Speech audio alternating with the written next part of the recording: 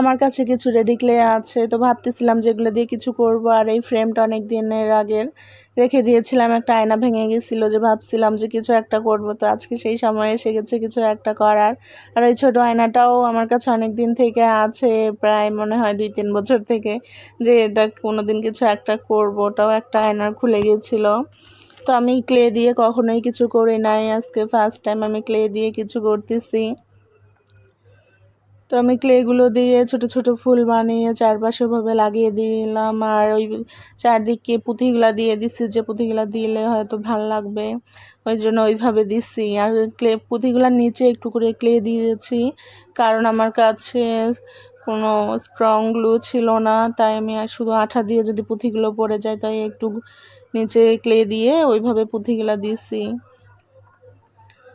তো আমি এইভাবে চারদিকে ফুলগুলা দিয়ে দিচ্ছিলাম, বুঝতেছিলাম না যে কিভাবে করব।